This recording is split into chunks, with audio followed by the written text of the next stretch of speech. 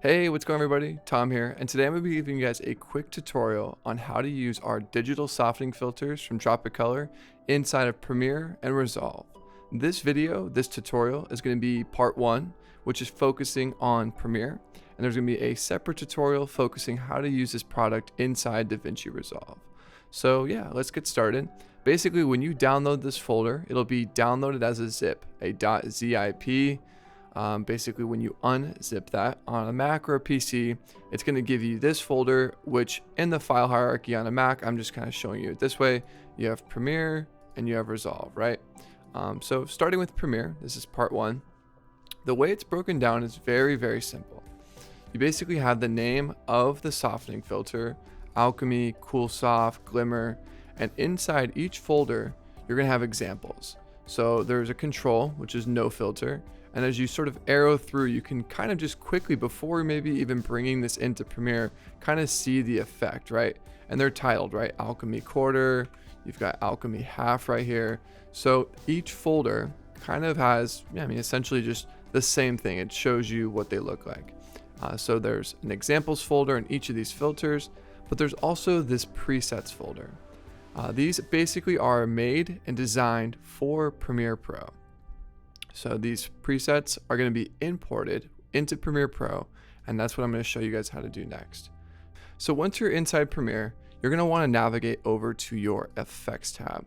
If you do not see this tab inside of Premiere Pro, all you're going to go do is go over to Window, and then you should just click Effects. But right here, I'm already in the Effects tab, and what you're going to want to do is select this folder, right? Presets, and there's a little star icon next to it. You're going to right click and hit Import Presets. I'm going to then navigate to wherever this is on your computer. This might be on a hard drive. In this instance, for this tutorial, I dragged the folder over to the desktop. This was the folder I was just showing you guys. So you could navigate to Premiere, you navigate to Alchemy, and you unfortunately do have to go one by one. I looked up on multiple tutorials. It is just an oversight or a shortcoming of Premiere Pro. See, if I try to shift click, it only lets me import one. So this does unfortunately going to take about 10 minutes. So you're gonna have to go through, hit this one, then this one, then, so you're gonna have to go through and do that. But once you select the first one, you're gonna hit open, and you're gonna wonder well, where did it go? I do not know why Premiere Pro, when you import presets, it basically puts it in this folder, right? It has kind of like a German name. I do not know why. Once they're all imported, I really don't know what these characters are. So this could be another language. But when you import presets that are not from Adobe, they end up in this folder, right? So basically, I just imported all of them. I'm going to open this, and you can see I've already done this. So I went through Alchemy Full. See, I just imported Alchemy Full, so it came in as a duplicate. But essentially, I've got all of them imported. So if you're starting from the top, you're gonna have to go one by one by one. And what you can do after, so they're not just living in this random folder that's kind of misnamed, is under presets, you can go new presets bin, and you can type in, let me just kind of open this up. New presets bin, and you can just call this digital softening filters. And what you can do is now drag, so that they don't just live in this little random folder. You can actually drag these into this folder if you want.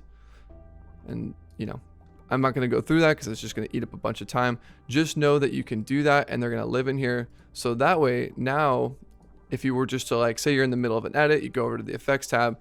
If you just type in digital soft, your folder is going to come up, and then all of them will be under here. For the sake of this tutorial, I'm just going to obviously work outside of this generic folder that Adobe puts them in. I kind of prefer this view. This is kind of deceiving, this folder right here. The way you kind of see them here is deceiving, only because this is how you want to apply them to your project. So you never want to drag this onto your footage. This is just a preview for the way that this product is designed. You always want to be clicking on this icon, see the little folder with a star, and dragging that onto your footage. So now that you've imported all of these to your project or into your presets folder, we're working with some footage right here, right? So I found a clip from a film that I shot that has some highlights in it. And that's where you would typically use a softening filter. This shot has no softening applied. This was just shot on a red Gemini, basically just no filters. And what you want to do to apply this, let me show you the incorrect way first. Say I really like the look of Alchemy, I've referenced those stills, and say I like Alchemy half, right?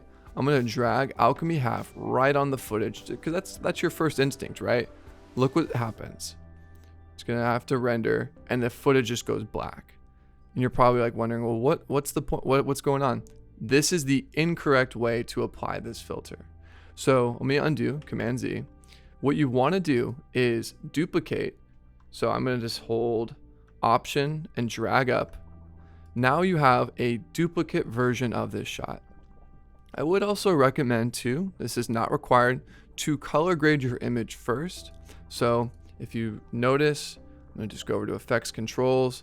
This has a look that I applied. This is just our cinematic looks. I basically, tweaked it a little bit. So that way when I'm applying the softening, I feel like I have a better gauge of what the softening is doing once there's contrast and saturation. Not required, just a recommendation.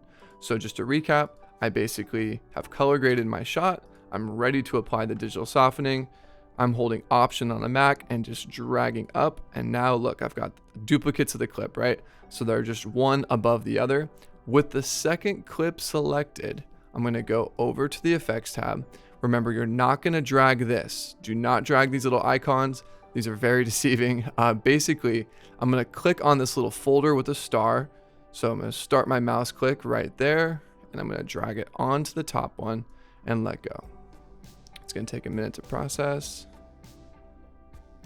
So I'm going to just quickly show you what this does by selecting this, going over to Effects Controls, and you can kind of see it. Basically, this preset, you can see Alchemy full, Alchemy full, Alchemy half, and it actually even applies something into the opacity as well.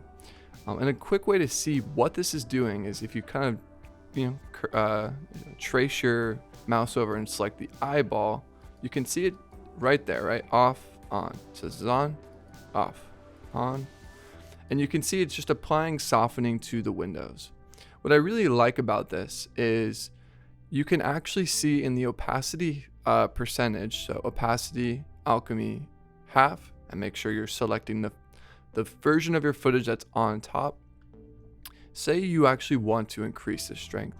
Yes, I have a preset in here, which is Alchemy full. So I would have to Command Z and kind of repeat that. But what's kind of nice here, right off the jump, I would disregard these. These are going to get you're going to get too in the weeds. I think these are pretty hyper,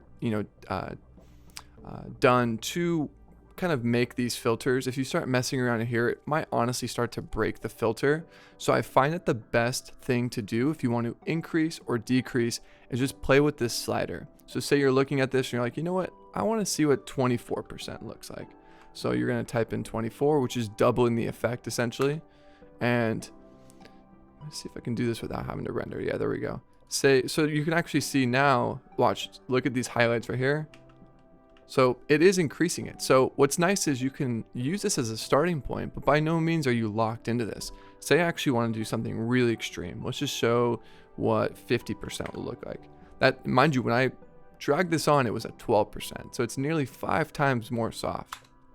You can see you can just really quickly increase the strength and vice versa. Say I went to 6% because maybe 12 right off the jump was too little or too much. You can really dial it to taste. So knowing that you have this opacity slider is a really, really great way to kind of move forward if you want to maybe use the preset as a baseline, as a starting point, and then tweak to taste. Because look, this was based off of us trying to recreate filters digitally, but your footage might be different, right? You might have more highlights. Maybe it's a day exterior and you're looking at footage where maybe right off the jump, the half is doing too much. Knowing that you can use this opacity slider is really nice to keep in mind.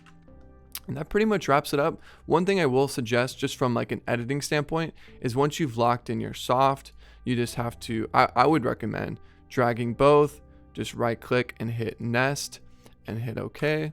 And now you're working with one shot. Because now if you say are moving the edit around and you have to maybe,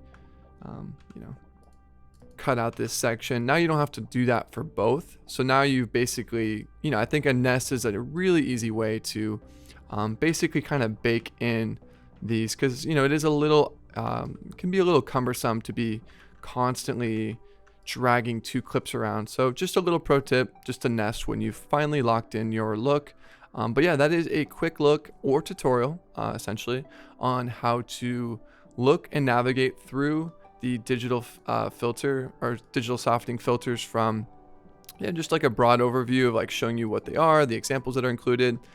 Basically kind of covered how to import these by right clicking on presets and hitting import, knowing that it does put it in a generic folder that Premiere creates that's in another language. You have to import one by one, but once you do, you can drag them one by one into your custom folder if you want for future reference. And just know that when you want to drag these to your footage, disregard these thumbnails, make sure to duplicate your footage and apply it to the layer on top. So that pretty much wraps it up. The next tutorial is going to cover pretty much identically the process for importing in Resolve. So if that applies to you and you are interested, feel free to watch. If you are primarily a Premiere Pro editor, feel free to disregard the Resolve tutorial and you're set.